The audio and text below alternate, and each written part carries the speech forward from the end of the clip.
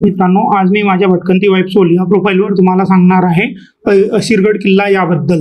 दख्खन मार्गावरील मध्य प्रदेशातील बुरानपूर या जिल्ह्याच्या ठिकाणापासून 20 किमी अंतरावर स्थित असलेल्या या दुर्गाला फारुकी राजवटीपासून ते ब्रिटिश काळापर्यंतचा राजकीय इतिहास लाभलेला आहे।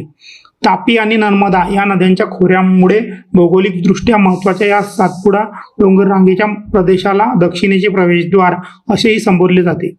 आसाहीर राजाने 15व्या शतकाच्या सुरुवातीला हा किल्ला बांधला, त्यामुळे या किल्ल्याला असीरगड हे नाव मिळाले। हा किल्ला 3 भागात विभागलेला असून किल्ल्याभोवती दुहेरी तटबंदी आणि बालेकिल्ला अशा रचनेमुळे एकात एक असे 3 स्वतंत्र किल्ले तयार झाले आहेत। पायथ्याजवळचा मलयगड, मधला कमरगड आणि त्यांचा मुकुटमणी म्हणजे असीरगड। पायथ्याच्या असीरगड गावातून पायऱ्यांच्या वाटेने किल्ल्यावर जाताना एका पाठोपाठ एक अशी भक्कम दरवाजांची मालिकाच आहे। यापैकी मदार दरवाजा आणि हप्त दरवाजा हे प्रसिद्ध आहेत। किल्ल्यावर जाण्यासाठी एक गाडी मार्ग असून तो मार्ग लांबचा व गडाच्या मुख्य डोंगराला वळसा घालून बालेकिल्ल्याजवळ पोहोचतो। या जवळ येताना आपल्याला फारसी भाषेतील 4 शिलालेख दिसून येतात। किल्ल्यावर असलेल्या एका प्राचीन शिव मंदिराजवळच किल्ल्यावर येणारा आणखी एक मार्ग असून सध्या हा मार्ग बंद करण्यात आला आहे। येथील स्थानिकांच्या मते श्रीकृष्णांनी दिलेल्या शापामुळे महाभारतातील एक पात्र अश्वत्थामा या मंदिरात पूजा करण्यासाठी आणि आपल्या मुक्तीची प्रार्थना करण्यासाठी येत असतो। मंदिराजवळ एक मोठा बुरुज असून मंदिराचे बांधकाम मात्र मराठाकालीन दिसते।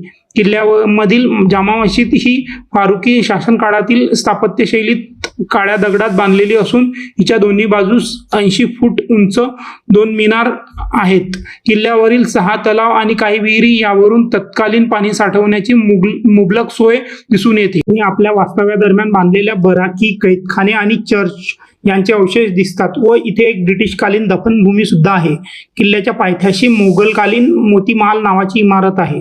पूर्व मध्ययुगीन कालखंडातील या स्थळांच्या अस्तित्वाचे पुरावे नाणी, देवदेवतांच्या मूर्ती, मंदिराचे अवशेष इत्यादी रूपात येथे उत्खननात सापडले आहेत। फारुकी सरदार मलिक राजाचा मुलगा नासिर खान याने किल्लेदार आसाहीर यांच्याकडून कपटाने असीरगड किल्ला घेतला।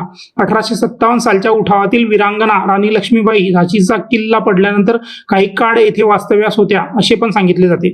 तर धन्यवाद मित्रांनो, अशाच नवनवीन माहितीसाठी माझ्या भटकंती वाईफ सोल या इंस्टा आणि यूट्यूब प्रोफाईलला फॉलो आणि सबस्क्राईब नक्की करा।